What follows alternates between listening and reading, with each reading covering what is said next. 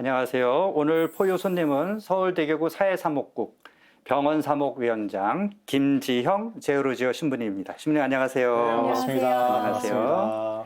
네, 홍보 신부님, 네. 오늘 우리 토크 콘서트 4U의 문을 연 성화가 대천사 중에 한 명인 것 같은데요. 네. 오늘 초대되신 김지영 신부님과도 좀 관련이 있을 것 같고. 관련이 있죠. 네. 네, 저 천사가 이제 라파엘 대천사인데요. 그 토비아서에 나오는 대목인데 토비아를 이끌고 가는 그런 장면입니다. 사실 인간이 느끼는 최고의 고통과 두려움은 아마 죽음이라고 얘기할 수 있는데 부도 명예도 이런 고통 앞에서, 특히 죽음 앞에서 소용이 없죠. 그래서 오늘 포유는 지금 이 순간 가장 고통받는 환우들과 그 가족들에 대한 이야기입니다. 김정 신부님 오늘 초대된 이유이기도 한데요. 오늘 라파엘 대천사가 어떤 치유자의 상징이거든요. 그래서 치유하는 역할을 하는 병원에서 사목하시는 우리 김정 신부님 병원 사목에 대한 이야기를 함께 나눠보도록 하겠습니다. 신부님 병원 사목을 하신 지가 얼마 됐죠? 제가 2006년 말부터 시작해서 한 15년 정도? 15년. 되게 본당 신부님 5년마다 한 번씩 뭐 딴 데로 이동하시는데 신부님은 병원 사목만 15년. 굉장히 병원 사목에 최적화된 사목자라고 인정받으신 게 아닌가 이런 생각이 들긴 하는데 보통 신부님들이야 뭐 내가 원하는 대로 가는 것이 아니라 주교님께서 가라 하면 가는 이제 그런 어떤 순명의 자세로 보통 임지에 가는데 신부님 병원 사목은 어떻게 시작됐나요? 그냥 주교님이 가라고 하셨나요? 아니요, 제가 이제 신학교에 가게 된 것도 좀 뭐 사연이 있고, 그래서 병원 사목을 신학생 때부터 이제 좀 관심이 있어 했었고, 근데 처음에 이제 병원 사목을 지원할 때는 성모병원 계열밖에 이제 원목실이 없었는데, 그때는 좀 뭐 여의치가 않아서 나중에 이제 병원사목위원회 전신인 일반병원 사목부가 있을 때 그때 이제 지원해가지고 하게 됐습니다. 많은 사목 중에서 특별히 병원 사목을 선택하신 이유가 있으신가요? 네, 제가 중학교 3학년 때 이제 저희 누나랑 어머니가 이제 많이 이제 아팠었는데 그때 기도를 잘못해가지고 신학교에 가게 됐고. 어떤 기도를 하셨어요? 낫게 해주시면 뭐 나는 그쵸. 선생님이 원래 가겠다. 기도를 안 하던 사람이 뭔가 간절한 게 있을 때 거래성 기도를 하게 되잖아요. 그래서 저도 제 인생의 반을 가져가고 누나를 낫게 해주세요 이렇게 기도를 하고 그다음에 원래 저는 미사 가는 걸 되게 싫어했었거든요. 거의 어릴 때도 맞으면서 미사 가고 옛날에 연보돈이라고 했던 헌금 떼먹고 막 그랬었는데 전형적인 근데 그때 이제 누나가 아프고 어머니가 아플 때 그렇게 기도하다가 이제 어머니가 처음에 이제 신학교를 권유하게 됐고 그게 이제 가게 된 계기가 돼서 신학교에 뭐 신부님도 계셨지만 그 양옥관 숙소가 이제 서울대병원이랑 이렇게 마주보고 있잖아요. 그래서 병실에 항상 밤에 불이 켜져 있는 걸 보면서 나중에 저도 이제 아픈 분들이랑 함께 하면 좋겠다라는 생각을 늘 갖고 있었다가 2006년도 말에 기회가 닿아서 이제 병원 사목을 시작하게 되었었죠. 네, 우리가 보통 병원하면 성모병원을 떠올리잖아요. 근데 신부님 같은 경우에는 성모병원에 계신 게 아니죠. 그리고 성모병원 말고 이제 일반 큰 병원마다 다 이제 신부님들이 계시는 걸로 알고 있는데 그럼 병원 사목에 대해서 좀 더 설명을 해주시면 좋겠어요. 네, 이제 병원 사목은 사실은 어떻게 보면 이제 병원에서 이제 환우분들이나 보호자분들을 대상으로 해서 이제 사목을 하는 것이라고 할 수 있는데 지금 서울교구 안에서는 CMC 계열이 있고 저희는 이제 일반 병원에 이렇게 해서 천주교 원목실이 있어서 거기서 이제 활동을 하고 있는데 아무래도 일반 병원은 여러 가지로 이제 좀 어려움이 많이 있습니다. 교회 병원은 아무래도 뭐 신부님들이 활동하시는 데 있어서는 그래도 조금은 이제 좀 원목에 대한 이해가 좀 있기는 하지만 저희는 거의 뭐 별로 아직까지도 원목실이 생긴 지가 오래됐음에도 불구하고 원목에 대한 이해가 떨어져 가지고 좀 막 그런 어려움들이 많이 있는 상황입니다. 그러니까 이제 성모병원 같은 경우에는 우리 가톨릭교에서 운영하는 병원이니까 당연히 원목실도 있는 곳이고 신부님도 당연히 있어야 된다고 생각하는데 일반 병원에서는 교회가 주인이 아니니까 거기에서 허락을 해줘야만 할 수 있는 거잖아요. 그러니까 약간 요즘 특히 코로나 이제 시대에서 보면서 이 원목실이 병원에서의 위치가 어느 정도가 될까라는 그 고민을 많이 하게 되는데 일반 편의 시설들은 다 열어놓는데 음. 어느 대형 병원 같은 경우에는 아예 병원 측에서 이제 원목실을 잠궈 버렸거든요. 네. 다른 데들은 다 가게 하면서 원목실만 이렇게 못 가게 할까. 예전에는 그냥 제가 일반 병원에서의 원목실의 나름의 위치라고 하면 그냥 편의점 수준의 편의 시설이다 라는 설명을 했었는데 이제는 그거보다도 더 못한 상황이 되어 버려서 좀 안타깝습니다.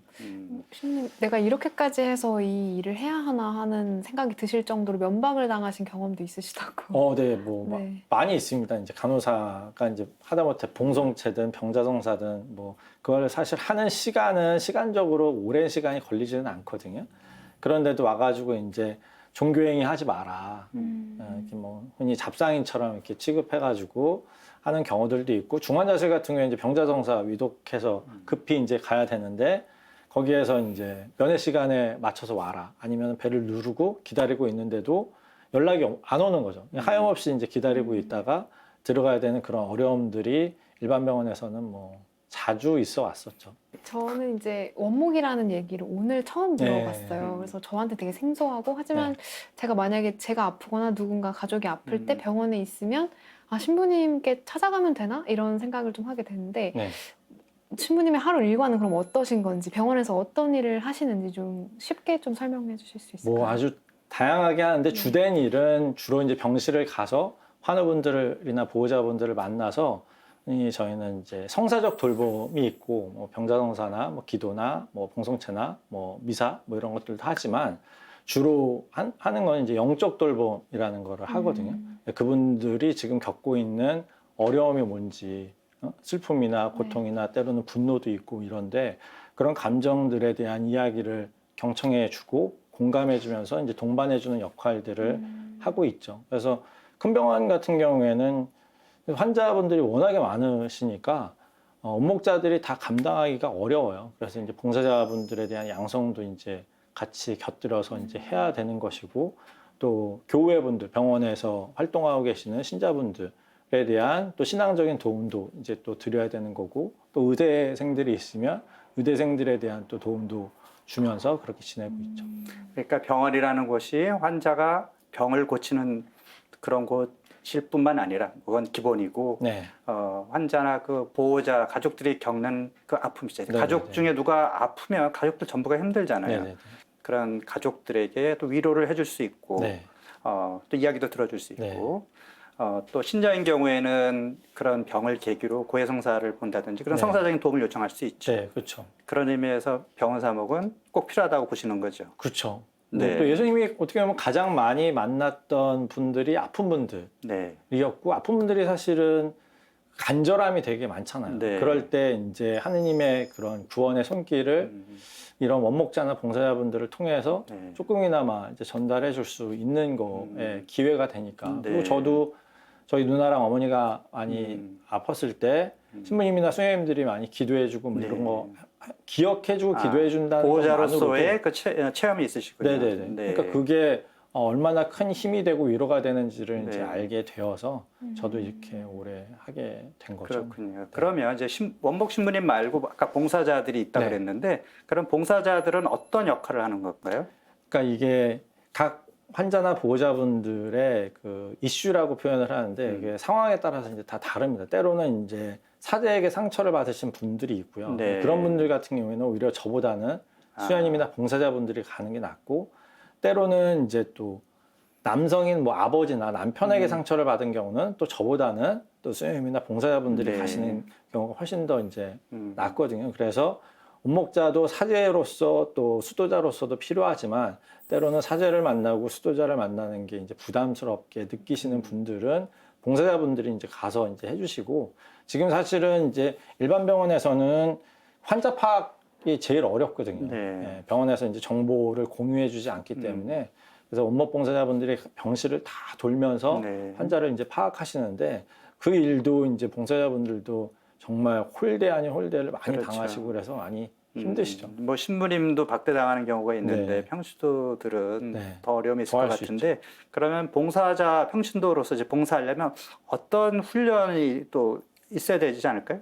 어떤 병원사무위원회 교육을 받나요? 네. 내부적으로는 원목봉사자 교육이 1, 2, 3과정 교육이 있고요. 네. 그다음에 저희 이제 임상사목 교육이라는 게 또 있잖아요. 그래서 평신도분들도 그쪽으로 가서 CPE 교육을 임상사목 교육을 받을 수 있도록 그렇게 안내를 해주고 있습니다. 그럼 이제 기본적인 내용이 뭐 상담 같은 게 가장 기본이겠네요.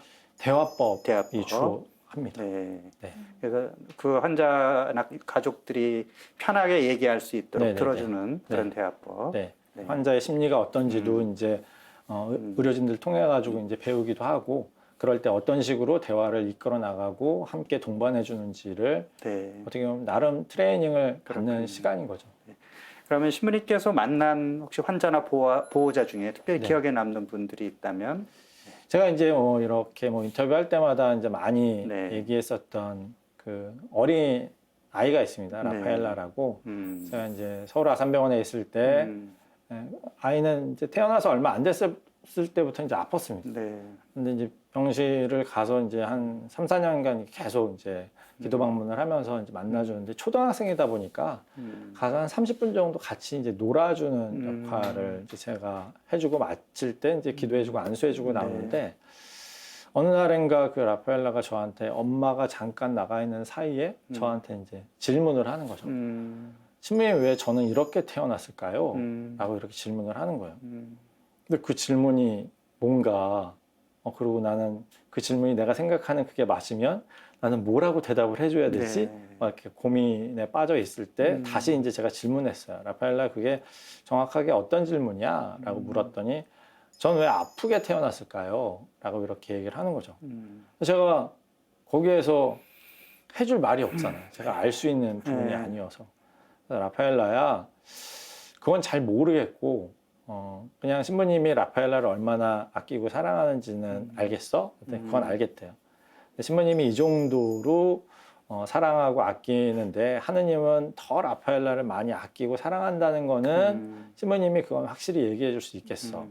그렇지만 왜 아프게 태어났는지는 신부님도 잘 모르겠어. 이렇게 얘기했더니 그럼 됐어요. 이러고서 또 이제 같이 놀았거든요. 근데 그 친구가 세상을 떠났죠. 결국은 이제 떠났는데 마침 또 뭐 이렇게 얼마 안 있어서 떠났나요? 4년 정도 됐을 때 4년 이제 정도 했어요. 떠났습니다. 초등학교 6학년 때. 예, 근데 그 아이가 초등학생인데도 매일 묵주기도 하고 성경 필사하고 되게 말도 또박또박 잘하고 막 되게 그랬었거든요.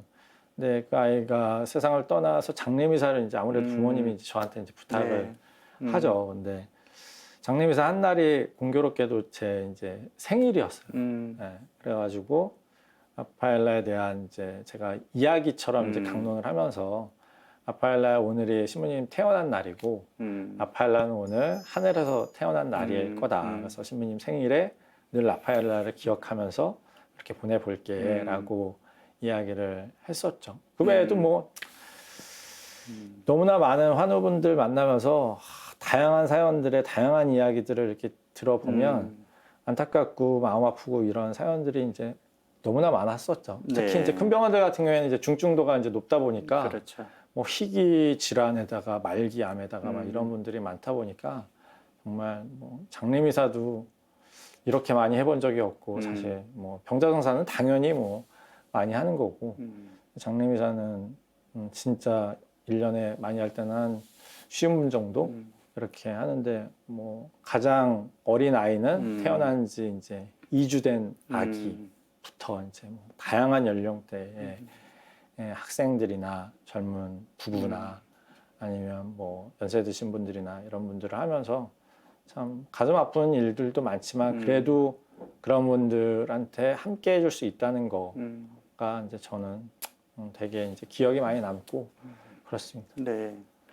그 의사 선생님들도 사실 환자가 회복이 되면 의사로서 보람도 있지만 그 환자가 죽었을 때 그 어떤 마음의 상처 또 무기력 이런 것도 있는데 사실 원목 신부님도 비슷한 체험을 많이 하실 것 같아요. 네. 그 안에서 많은 또 죽음을 체험하고 아까 말한 그 라파엘라 경우에 많은 묵상을 하게 될 것 같아요. 네.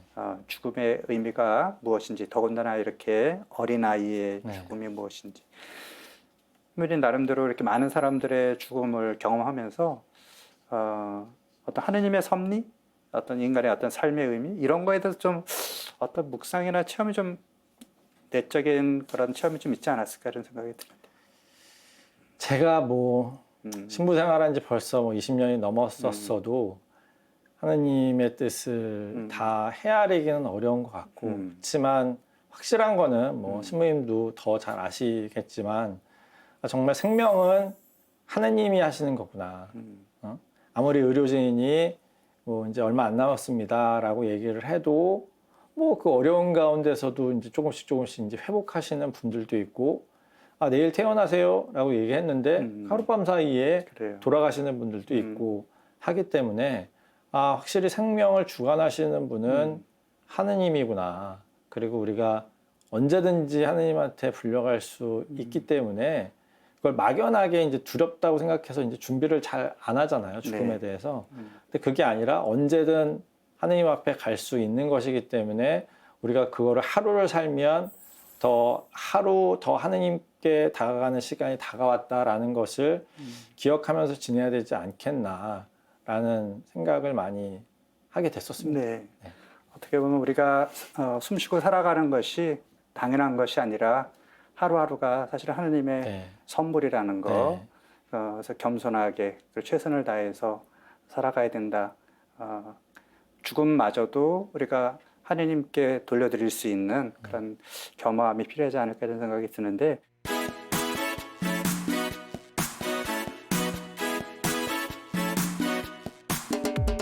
교수님 말씀을 들으니까 너무 슬프고 뭔가 계속 죽음 가까이에서 그 죽음을 준비하고 기다려야 되고 어쩔 수 없이 아픈 사람들 옆에서 신부님도 참 어떻게 보면 마음이 되게 힘드신 순간이 더 많겠다 싶은데요. 아까 그 라파엘라라는 네. 친구 그분이 이제 묵주기도를 그렇게 하셨다고 네. 얘기하셨는데 그 원래 병자들을 치유해 주시는 그 루르드 성모님 네. 생각이 살짝 났었어요. 네. 그래서 여의도 지날 때 보면은 여의도 성모병원에 커다랗게 그림이 그려져 네, 있죠. 그림이 그려져 네. 있잖아요. 그래서 뭔가 저희 힘으로 할 수 없는 순간에는 신부님도 참 기도를 그리고 하느님을 찾는 순간이 많으시겠구나 네. 하는 생각이 좀 들었어요. 네, 뭐 제가 뭐 가끔 이제 신자분들한테 농담 섞인 얘기로 하는데 제 얼굴을 봤을 때 이렇게 되게 기도를 많이 하게 생겨먹지를 않았잖아요. 이렇게 얘기를 하는데 병원 사목을 하면서는 기도할 거리가 이제 너무 많은 거죠. 이분 만나면 이분도 생각나고 저분 만나면 저분도 생각나고 그래서 사실 제가 이렇게 병원 사목하면서 누군가를 위해서 계속해서 끊임없이 기도할 수 있게 된 것도 내가 그동안 기도를 너무 안 해서 하나님이 또 이런 식으로 기도하게 만들어 주시는 것은 아닐까라는 그런 생각도 하게 되는데 뭐 그분들 하나하나 사실은 이렇게 친해지게 되면 핸드폰도 서로 이제 교환해가지고 제 핸드폰에 이제 환우 폴더 따로 만들어서 이렇게 해놓는데 한 분 한 분씩 이제 다 이제 뭐 하나님 곁으로 이제 다 갔죠. 그러면 요즘 이제 카톡이 바뀌잖아요. 예전에 있었던 그 사진이 새로운 사람으로 전화번호가 돼서 그러면 이제 제가 앞에 부분만 010 부분만 이제 제가 지우고 그냥 계속 간직하고 있거든요. 그러니까 그런 식으로 해서 이제 계속 저는 이제 기도를 해 줄 수 있어서 또 그것도 저에게도 좋고 그분들도 좋아하시지 않을까라는 생각을 또 가져보게 됩니다. 네.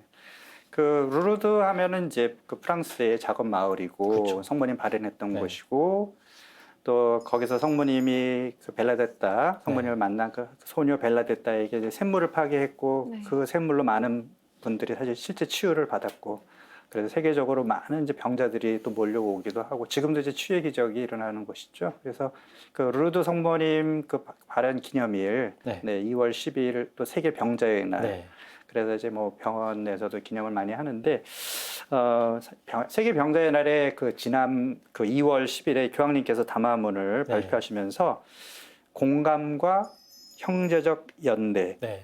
이것이 특히나 우리 아픈 이들에게 또 우리가 또 위로를 줄 수 있는 그런 덕목이라고 말씀을 하셨는데 공감과 형제적 연대 구체적으로 우리가 어떤 식으로 그걸 환자들에게 주변에 보여줄 수 있을까요?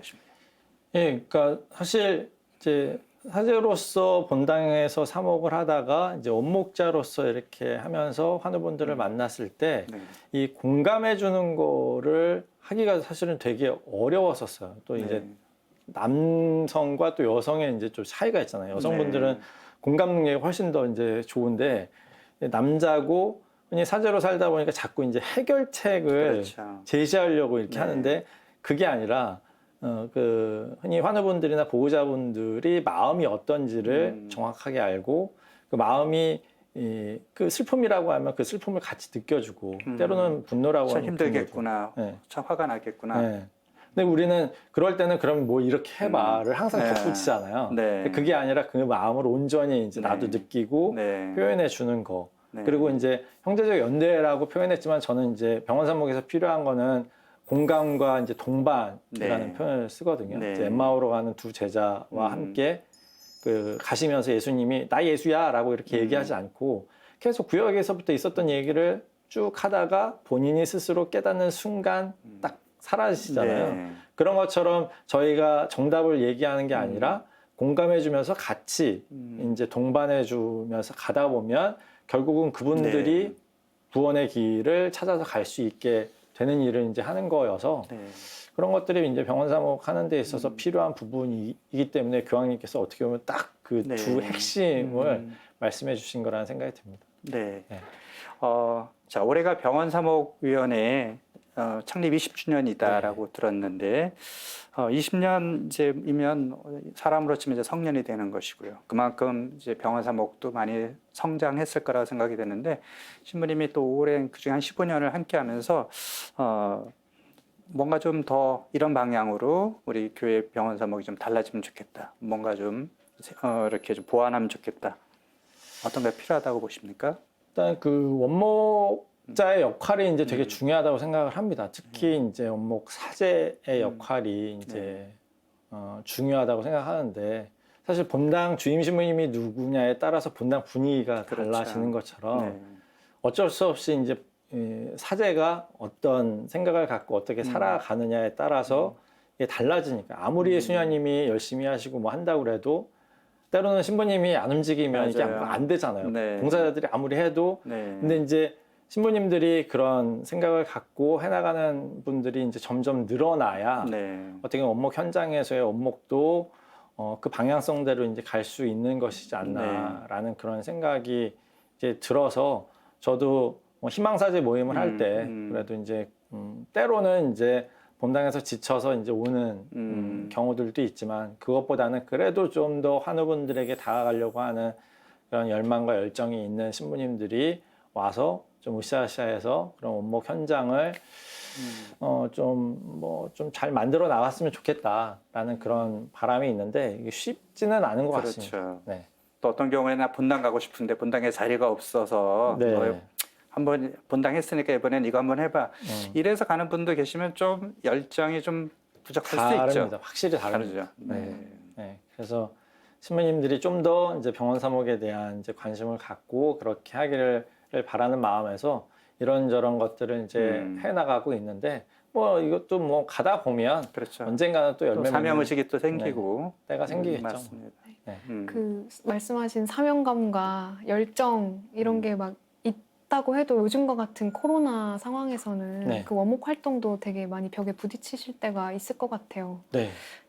지금 코로나 상황이어서 지금 원목 활동은 거의 중단되어 있는 상황이지만 그래도 그런 와중에도 이제 이것도 확실히 이제 다른 거죠. 원목자가 얼마만큼 열정을 갖고 하느냐에 따라서 되게 달라집니다. 그러니까 어느 병원의 신부님은 병실을 못 가니까 근데 이제 기도 요청은 끊임없이 들어오거든요. 그러면 이제 이 병원에 오래 못 있고 저 병원을 옮기는 그 앰뷸런스를 타고 옮겨가는 그 짧은 5분, 10분 사이에 앰뷸런스에 올라가서 짧게 기도하고 이러는데 그런 것들도 사실은 신부가 그런 열정을 갖고 있었을 때에 무언가를 더 그분들과 함께 하려는 마음이 있을 때 가능한 일이거든요. 그러니까 코로나 상황이라고 해서 그냥 병원 측에서 정해준 대로 뭔가를 끌려가듯이 하는 게 아니라 그래도 뭐 백신도 맞고 있고 뭐 이러니까 그럼 좀 더 이렇게 다가갈 수 있는 것들을 하는 신부님들이 이제 또 계시니까 그렇게 해나가는 것과 안 하는 것에 이제 차이가 있지만 전반적으로 아무튼 일반 병원에서의 그 상황은 많이 어렵다. 네. 네. 네. 그렇군요. 자, 우리 그 신부님은 이 병원 산모가 관련이 있는지는 제가 정확하게 모르겠는데 언제부턴가 유튜버로서 네, 네. 제오맨의 꿀밤이라고 하는 또 네. 그런 프로그램을 지금 운영하고 계신데 네, 이 제오맨의 꿀밤 어떤 내용인지 좀 소개 좀 해주시죠. 예, 사실은 이제 한마음 한몸 운동본부의 김정환 네. 신부가 그 한마음 한몸 운동본부에서 하는 유튜브 채널을 하다가 제가 이제 어느 정도의 이제 붐업은 시켜줘서 네. 나는 여기까지인 것 같다 해서 했는데 그분들과의 이제 인연이 네. 있었던 거를 그냥 이렇게 확 접어버리는 거는 좀 그런 것 같고 여러분들이 뭔가를 좀 채널을 뭐 또 코로나 시대니까 네. 이게 좀 그런 게 필요하다 좀 해달라 이렇게 요청이 있어서 그럼 뭘 하면 좋을까라고 생각하다가 제가 라디오 듣는 거를 되게 좋아하거든요. 거기 사연도 너무나 생생한 사연이고 음악도 너무나 좋고 그래서 그러면 음악 사연 방송을 해보면 네. 좋겠다 해서 들어오시는 분들이 이제 사연을 보내주면 그 사연과 함께 신청해 주신 신청곡을 이제 틀어드리는 네. 그런 뭐 소소한 걸 그렇군요. 하고 있습니다. 사실 옛날에 아마 그 찬미 씨는 잘 모르겠지만 저희 시절에는 이제 밤에 라디오 듣는 것이 그렇죠. 네, 맞아요. 별이 빛나는 밤에라든지 뭐 그런 게 네. 굉장히 인기였고 네. DJ가 굉장히 인기였던 그런 시절이 있는데 네. 신부님이 인기가 어느 정도 되는지 모르겠어요. 구독자 수가 얼마 정도? 저는 뭐 인기를 위해서 사실은 하는 건 네. 아니고 약간 사랑방 개념으로 저는 네. 이제 운영하려고 해서 했는데 하여튼 뭐 아직 1년은 되지는 않았는데 10월 달이 돼야 되는데 구독자는 아직 미미합니다. 이렇게 900명 조금 넘었습니다. 1,000명 넘으면 뭘 쏘겠다 이런 약속도 하셨다면서요? 아니, 그냥 뭐 와주신 분들이 너무 감사하니까 네, 네. 사실 제가 뭐 별거 해드리는 건 없는데 그래도 뭐 좀 해드리고 싶어서 네. 그냥 10분에게 네. 떡볶이를 쏘겠다. 네, 이제 얼마 안 남았네요. 900명 좀 넘으셨으면. 모르겠습니다. 이게 뭐 네. 언제 될지는 자, 모르겠는데. 제오맨의 꿀밤. 신부님 세례명이 제오르지오. 네. 그러니까 제오맨. 그 네. 맨이라는 게 슈퍼맨 할 때 그 맨자죠? 네, 그렇죠. 네. 꿀밤. 꿀이 흐르는 밤입니까? 어떻습니까? 네, 그렇게 달달한 밤. 달달한 밤. 네, 꿀잠 자라고. 네. 왜냐면 환우분들이 사실은 음, 밤을 힘들어 하시거든요. 네. 잠을 잘 못 자고.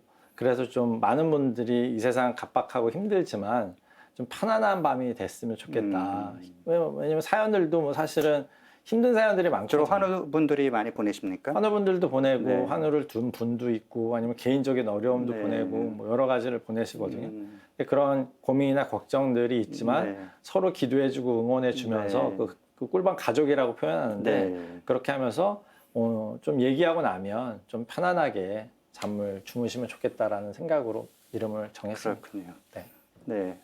찬미 씨도 한번 라디오 세대는 아니지만 근데 저 네, 유튜브 라디오를 세대니까. 저도 좋아하긴 해가지고 근데 네. 또 유튜브로 듣는 라디오, 보는 네. 라디오 이건 또 어떨지 궁금하네요. 네.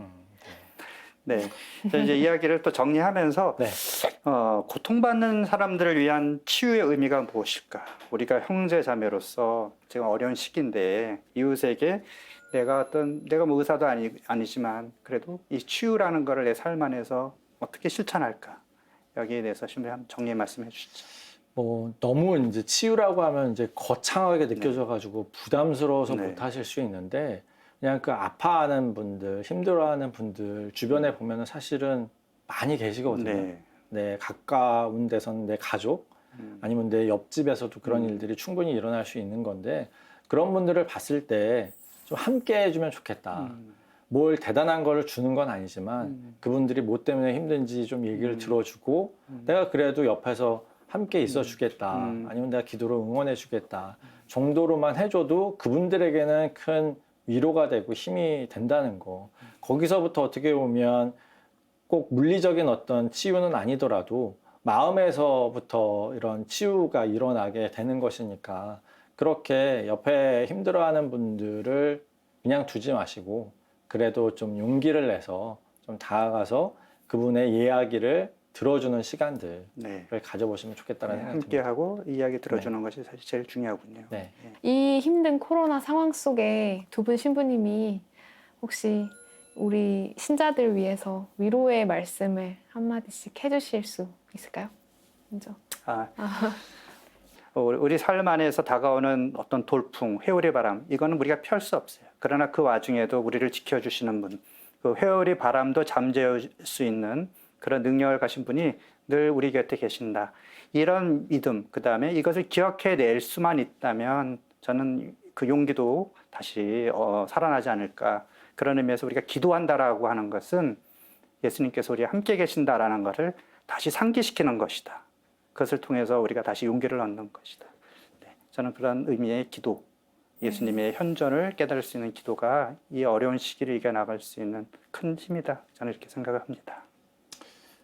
저는 뭐 비슷한 맥락이기도 한데 사실 아픈 분들 많이 만나고 힘든 분들 이렇게 만나다 보면 그럴 때 아무리 하느님한테 기도를 해도 들어주시는 것 같지 않거든요.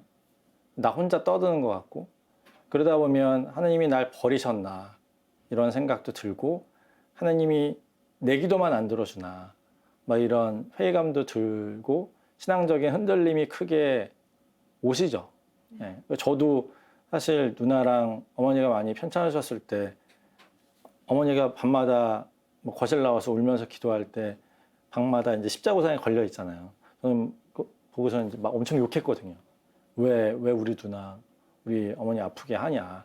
그래서 그 환우분들이나 그런 분들이 그런 상황에서 얘기할 때 충분히 그게 어떤 마음인지 이제 공감이 가요. 근데 저도 이제 말씀드리는 것 중에 하나는 우리를 내버려 두는 그리고 우리를 힘들게 하는 그런 또 우리의 기도를 모른 채 하는 그런 하느님은 나는 믿지 않는다. 그러니까 우리가 진짜 알던 하느님을 기억하고 잘 모르겠다면 성경 속에서 하느님이 어떻게 우리와 함께 해주셨는지 또 예수님이 어떻게 우리와 함께 해주시는지를 보고 나와도 그렇게 해주실 분이라는 것을 여러분들이 잊지 않았으면 좋겠다. 신부님 말씀하신 대로 그 기억하고 잊지 않는 거가 필요하다는 생각이 많이 듭니다. 네, 그래서 예수님께서 십자가의 고통을 기꺼이 지시고 또 거기서 부활하심으로써 우리에게 희망을 주신 것이 아닌가 그런 생각이 듭니다. 네, 아픈 이웃을 우리 함께 기억하고 또 우리 김재영 신부님 같은 또 병원 사목을 하시는 많은 원목 신부님들을 위해서도 우리 함께 기도하면 좋겠습니다. 토크 콘서트 for you 오늘의 순서는 여기까지입니다. 네, 함께 해주신 김재영 제오르지오 신부님 감사합니다. 네, 고맙습니다. 고맙습니다. 감사합니다.